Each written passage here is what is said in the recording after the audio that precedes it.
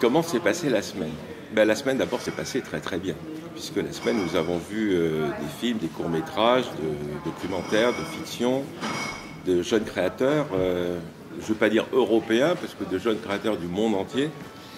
Alors c'est intéressant de voir l'évolution d'abord des écoles de cinéma, aussi l'évolution par rapport aux sujets qui sont proposés par les jeunes créateurs, l'évolution sociétale. Comment s'est passée la semaine? Après, tout simplement, il a fallu se réunir et décider. Décider qui sera le ou la gagnante. Et là, c'est beaucoup plus difficile parce qu'on a vu tellement de choses, tellement de bonnes choses.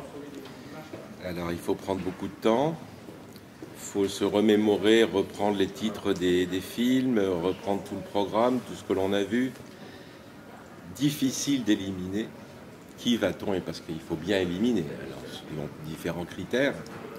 Et puis la décision finale, eh bien, la décision finale entre certains films, je dois dire que à un moment, on a un petit peu mal au ventre.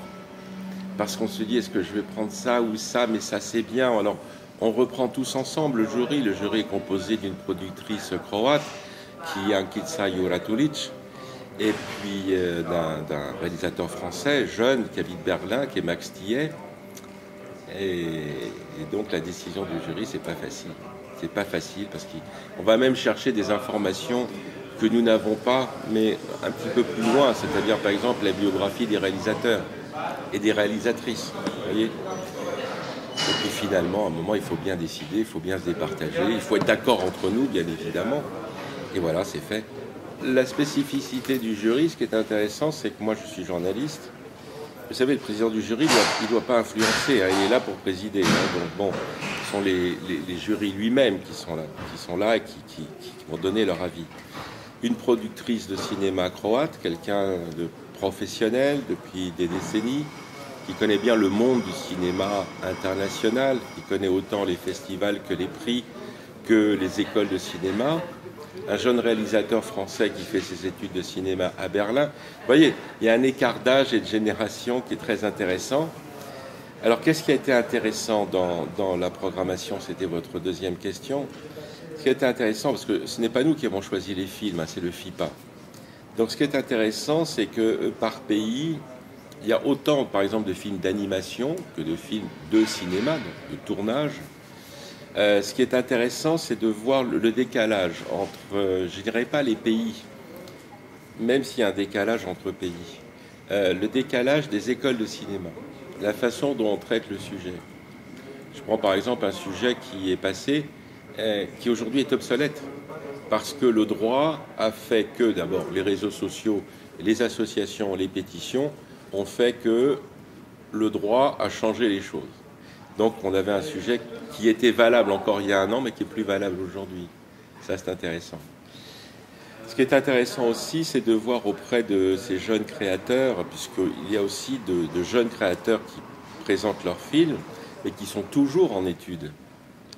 Donc voir par pays l'évolution cinématographique, ne serait-ce que l'œil, parce que c'est l'œil qui compte, c'est l'œil qui est important par rapport au scénario, la façon dont ils ont tourné.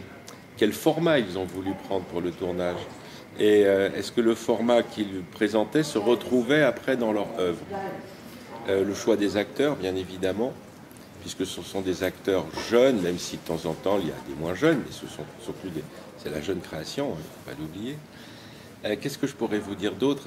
Dans la création, ça a été aussi, moi, ce qui m'a beaucoup intéressé, c'est parce que je fais beaucoup de géopolitique. Donc, dans la géopolitique, il y a aussi de la sociologie.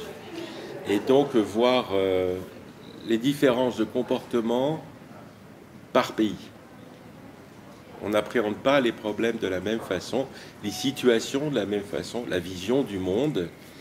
Alors, il y a des pays riches, il y a des pays pauvres. Et on voit aussi dans les pays qui sont plus pauvres l'état du pays, puisque la caméra, la caméra, en réalité, elle dénonce. Elle dénonce une situation nationale, elle dénonce une situation sociétale. Voilà, c'est ça qui est intéressant. Verdict ce soir. Donc, seul le jury connaît, et puis bien sûr, les organisateurs du FIPA savent. Bon verdict.